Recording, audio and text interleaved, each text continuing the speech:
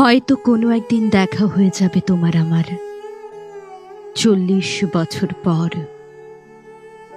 কোনো এক ফসলের মাঠে, রৌদ্রোজ্জ্বল দুপুরে, কিংবা কুয়াশা স্নাত সন্ধ্যার উঠোনে, নয়তো শহরের বৃষ্টি ভেজা রাজপথে, কিংবা গলির ভেতর, নয়তোবা নরম জোছনার ছাদের নিচে, কিংবা যানজটে আটকে পড়ে দুজন পাশাপাশি দুটো রিকশায়, অথবা চৌরাস্তার মোড়ে দাঁড়িয়ে থাকা কারো মুরালের সামনে।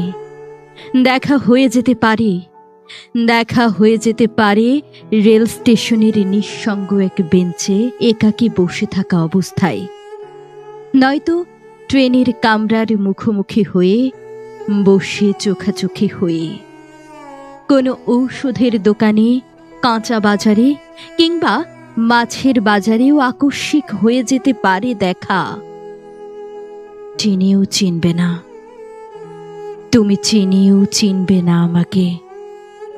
কথা বলতে ইতস্তত করব আমি, কিংবা কথা বলতে চাইলে মুখ ফিরিয়ে নেবে তুমি।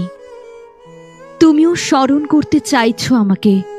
হয়তো এমনও হতে পারে আমি তোমার দিকে ফ্যাল ফ্যাল করে তাকিয়ে আছি বলে মনে মনে গালি দিচ্ছ।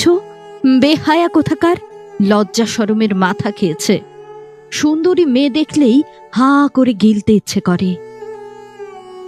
হয়তো কোনো একদিন দেখা হয়ে যাবে, দুজন দুজনের দিকে তাকিয়ে রইব। দুজনারই চুলে পাক ধরেছে, দুজনের চোখেই পুরো লেন্সের চশমা, চোখে মুখে বার্ধক্যের ছাপ।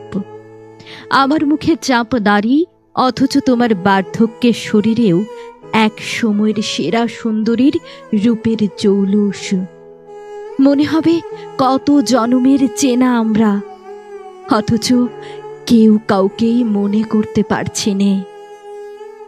সময়টা তখন ঠিক ৪০ বছর পর। ৪০ বছর পর।